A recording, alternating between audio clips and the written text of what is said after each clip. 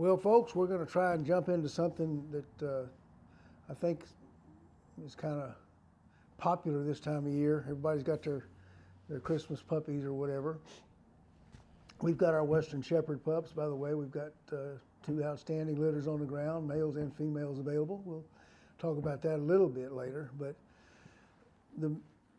this is the biggest, more than adult dog problems for the general population come into. Won't come when I call, pulls on a leash and jumps. Every one of those things happened when they were a puppy, all of them. So if we can actually start working with a pup, I'm talking as young as 6, 8 weeks old, the chances are you'll never even encounter these problems as they get older. So what I'm going to try to do is these are just things that I've done over the years that have worked for me and of course some of the people that I work with. So we're not saying it's the only way, but I've been around a few of them and it's worked pretty good so far. The first thing I want to get across to people is communication. Dogs, even as 6-week-old puppies, you notice how you can get a litter of pups out, and if you say something, start walking, eventually they all start following you. That's because dogs naturally follow motion. We can use this to a huge advantage as we're raising our pups. This is what they're going to naturally do. We speak, you've heard me say this before, we speak or communicate with sound, audio, language. Dogs communicate with sight, body language. So they've actually done a study. If you want your dog to learn something, my personal opinion is most dogs in this country don't learn because of the trainer. They learn in spite of the trainer. They're listening to sounds, and sounds, they absorb, let's say 40% of the sound. If you add a hand signal to the sound, they pick it up even quicker. Scientific proof. I think it was Milan, Italy. It's one of the universities on the Italian coast studying social behavior. And it's on the coast. They have an active Newfoundland patrol dog rescue team for swimmers to get out in the ocean. And so one of the scientists thought, well, I guess they were studying animal behavior. They brought in a group. Now, because they're offshore, they're swimming way out there, just like sheep herders who use a lot of hand signals and whistles, right? These Newfies are swimming way out there in the current to try and pull somebody in. They a lot of times can't hear a voice. So they're all dependent on hand signals. They brought in, I believe it was 8 of these dogs, and they already perfectly trained, no misunderstanding, no chance of making a mistake because the human got it wrong. They brought them in with their handlers and they ran them through a bunch of the tests, giving them a voice command, timing how long it took them to respond, and a hand signals, how long it took them to respond, all these sort of things. The final test was the one that was the most telling. They had this group of dogs. They would bring the handler and his dog in one at a time, and they'd give the dog a command, sit. But when they gave the dog the sit command, and this is the hand signal for sit, just bring your hand up to your belt buckle. Instead of the hand signal, they would give them the signal to come. Or they'd tell the dog to down and give the hand signal for heel. So there's a voice command with an opposite command done by hand signal. 8 times out of 10, the dogs followed the hand signal. These tests went on over several days, included retrieving objects, throwing an object over here, but signaling over there, and the dogs would go over there, follow the line where they were pointed to, and then stop and realize it wasn't there and figure it out on their own. But they always went to the hand signal first. So when you're starting with your pup, think about using hand signals right from the get-go. The second thing is the way we as humans communicate. Typically, when we're talking to each other, I'll say, hey Scott, bring me that bottle of water, whatever, okay? And Scott, when I say his name, will look at me. and come. When we're talking to our dogs, for some reason, we do the opposite. I don't know why, but it's human nature. We'll say, down, Fido. So you say down, the sound may get his attention and he looks at you, but he doesn't know what you want. And then you say his name and he comes to you and you wanted him to down. So always put your pup's name first, then the command. All right? Second thing is, like I said, about motion. We're going to start training right at mealtime. There's two things you have to have a well-trained dog to be, if you want to be Simone Biles on a balance beam, if you want to be Jalen Hurts or Joe Burrow on a football field, I don't care what you're doing. First you got to learn it, then you got to practice. So we're going to teach, train, and then we'll test. Those are the 3 T's to any good dog. So what you want to do now, people don't think about this, is when you say your dog's name, I ask people all the time when they come out here with a young dog, how'd you teach him his name? You know, I've never had anybody give me an answer. No one's ever been able to say, this is how I taught him his name. This is how I taught him to sit. I moved the treat and held it up. You know, this is how I taught him to heel. I yanked his neck till he. How did you teach him his name? I don't know. How did he learn it? I don't know. He figured it out. Remember what I said? Dogs learn in spite of the trainer, not because of them. With enough times of hearing that name, that sound associated with something good, he starts thinking, I better pay attention when I hear it. So if dogs are attracted to motion, and they always follow motion, they will follow a body language command 8 times out of 10 faster than they will a hand signal. Wouldn't it be important for us to get the dog to look at us? Because that's the only drawback. The only drawback to body language is communication. They have to be looking at you. Simple as that. So the most important thing I'm gonna do with the dog when I get a puppy is I've done it with older rescue dogs. I'm gonna teach them their name. I'm gonna make sure they understand that this is an important sound coming out of my mouth. And I'm do that with what we call the name game. Really simple. You see Maria with her, she's got a 10-week-old Western Shepherd pup here. First time he's had any really fooling with. She's gonna take her treat, something to get, they have to be paying attention, so what better to pay attention than food or mealtime? She's gonna move her hand left, stick it right in front of his nose, move her hand left, move her hand right, and then she's gonna pop it quickly to the tip of her nose. Remember, motion is what attracts them, but quick, sharp motions attracts them even quicker. Like a bunny rabbit jumping off in the brush, okay?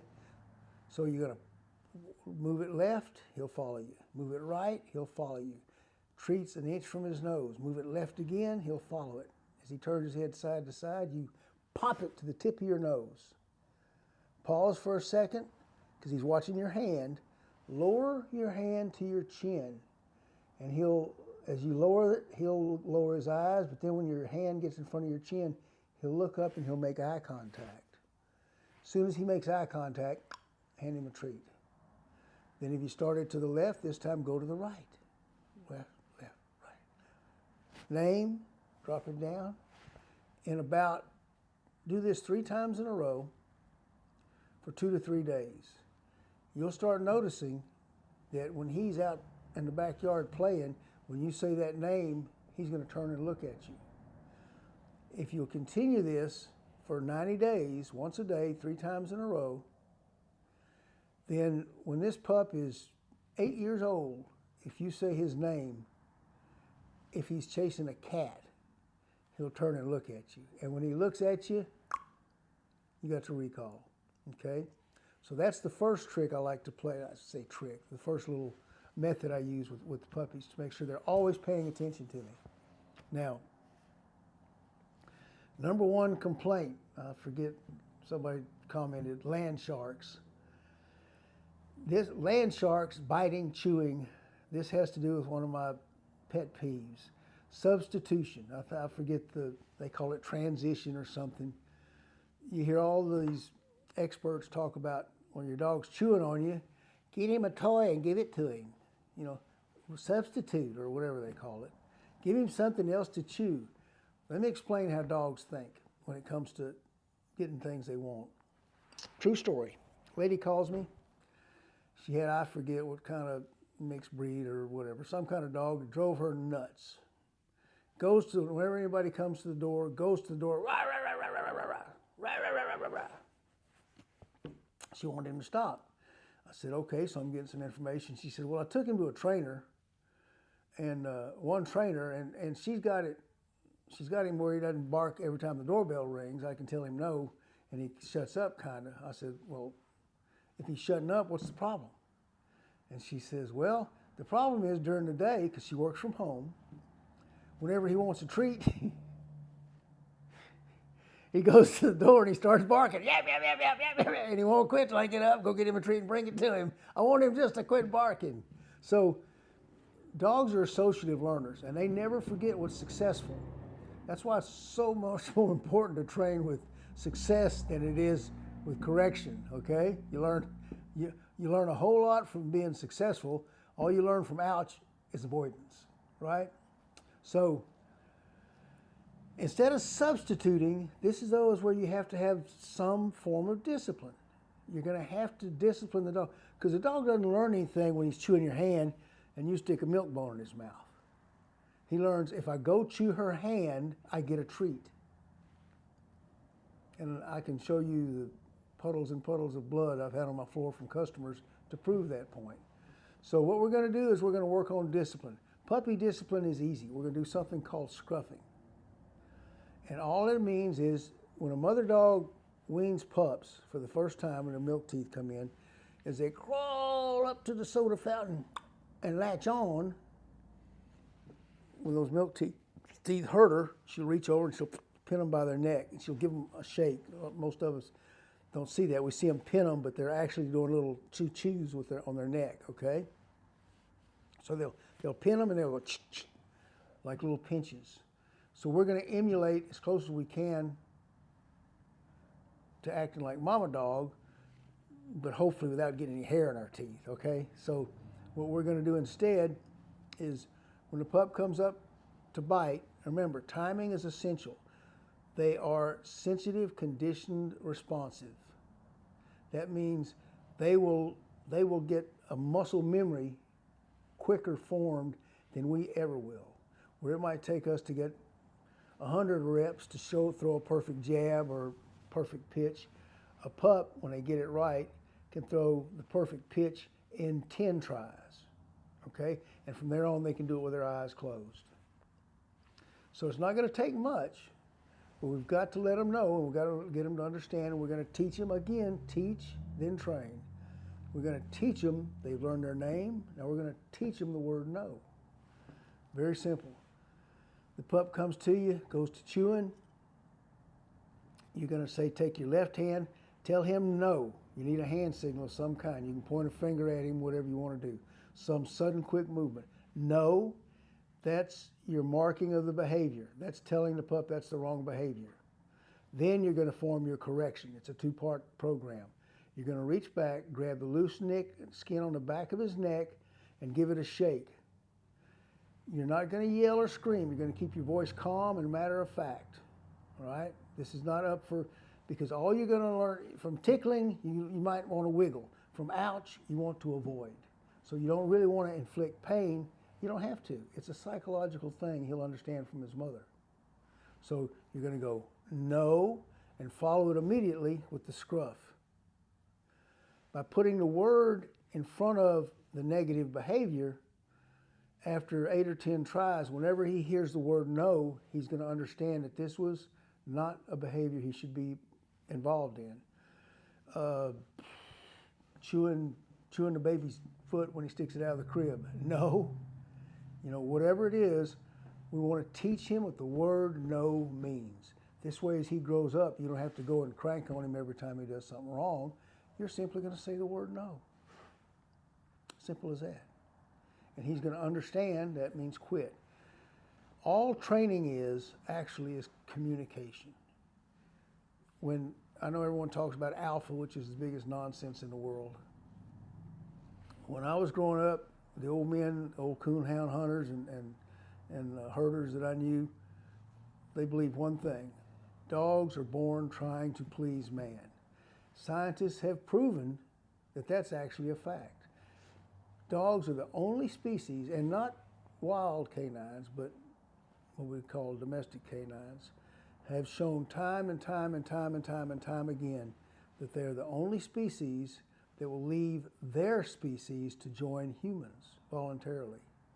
In experiments, again, done with all sorts of bonobo monkeys and everything else, they set up chimpanzees and creatures that are supposed to be smart, and they'll point to objects. The only animals that will follow a human's pointing directions, the only one is always the dogs. They understand more about us than we'll ever know about them. So stick to your basics with your pup. Your basics are simple. Motion will attract him and bring him to you. Clear communication, teaching him what the word means, and then practicing is going to ensure that he's going to be a well-behaved dog as he grows up. The word no is always followed by a little correction. Doesn't have to be harsh, shouldn't be harsh, but it's got to be informative. So first you teach, then you train. Housebreaking, that's the biggie. I find it very simple to housebreak just by paying attention. Now, my wife will put down puppy pads, which they'll get used to, but the thing to remember about housebreaking is this. It's a metabolic process. Everything we're talking about is just, we can map it out scientifically. If you stop and think about it, it can all be mapped out scientifically, which makes it easier. So the way the metabolic process works is simple. X amount of product goes into the machine, rumbles around, gets remade, manufactured, X amount of product comes out. And it takes the same amount of time every time. Every time. So you can do all the stuff, with the no smelling and whatever, but if you will put your water bowl down when they eat and your food bowl down when they eat, for puppies, you're looking at 15 minutes before they're going to have a bowel movement. Put them down, let them eat, let them play for 15, 20 minutes max. Put them outside. Put them outside. Now, here's another one of the things, something you can do to help the puppy understand it. When you go to the back door or whatever door, get you a string, get you a little bell of any kind, something he can ring real easily, hang it from the doorknob of the door you're going to go out. When he's 15 minutes after he's eaten, when you go to the door, you reach down, have it bell hanging low enough he can hit it with his nose. You reach down and you just ring the bell. Let him out. He doesn't go out until that bell rings. Whenever you ring the bell, he's going outside.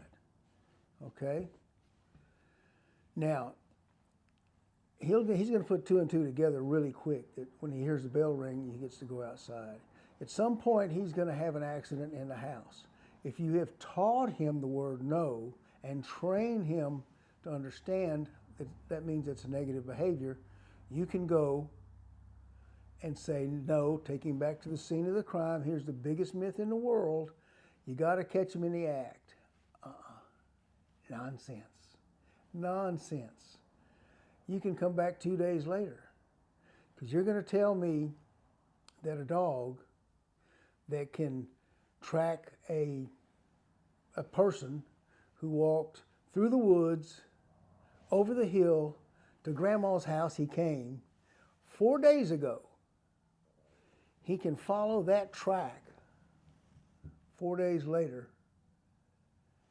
Can't remember that he's the one who pooped there last hour? I mean, think about it. It's common sense. And I've seen the scientific tests that they set up to decide whether dogs show guilt is one of the things they're going to do, or if they remember. And all of the tests, remember, the tests are only as good as the person that sets them up.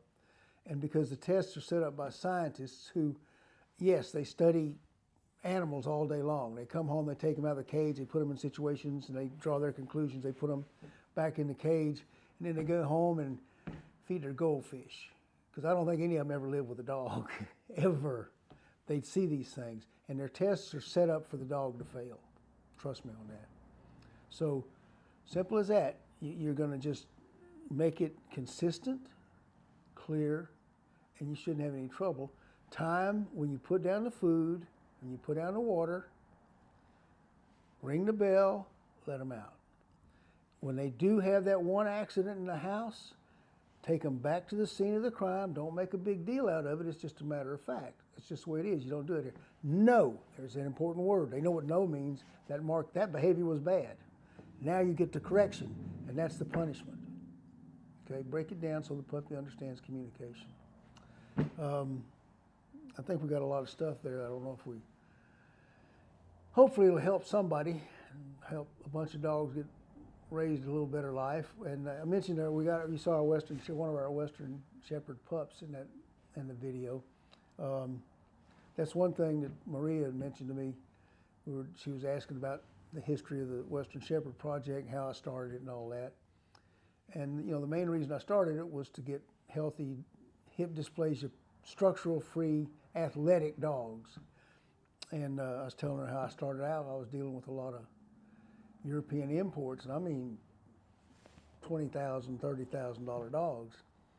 And I was trying to find healthy, structurally sound shepherds that I could pay a stud fee for to start my own breeding program. And I'd get in all these expensive dogs in, doing maintenance. I'd go to their house and break in for them and things like that.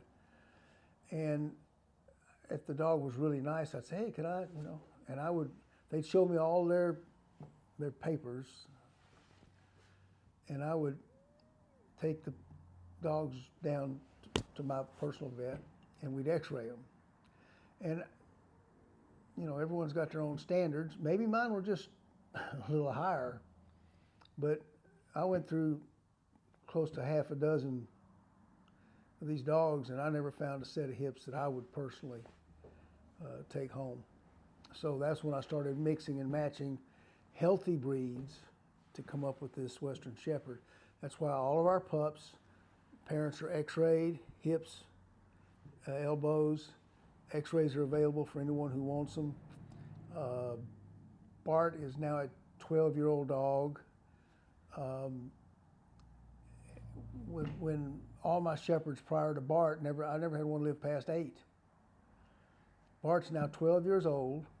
You hear people talk about, how active, how crippled they start getting around 6 or 7. They start getting a little sore, limpy a little bit. And you hear, people say, well, my dog, he used to love to chase a soccer ball, but he doesn't anymore. Bart doesn't chase a soccer ball. Bart plays ball with himself all day long.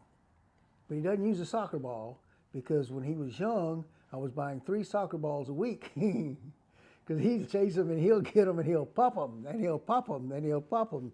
And it was one week it was buy dog food, buy soccer ball. Dog food, which way do you go? And I happened to be at Dick's Sporting Goods store, and plug for Dick's, and happened to see, what a medicine ball is? These soccer-sized, some of them basketball-sized balls that I guess weightlifters or gym people use. And they're weighted. They're just a heavy weighted ball. They're a solid core. They ain't full of air. Bart's got the 16-pounder. And he's been chasing it around for 8 or 10 years. And right now, I can stand that 12-year-old, 100-pound dog up on his back legs, and he can walk backwards as straight as a grizzly bear. So, those are the kind of hips we're trying to produce, and that's what we got in all our pups. So if you're interested, we only breed 4 times a year. So we got 2 of them down right now. If you think you're interested, give us a call. In the meantime, it's all about the dogs.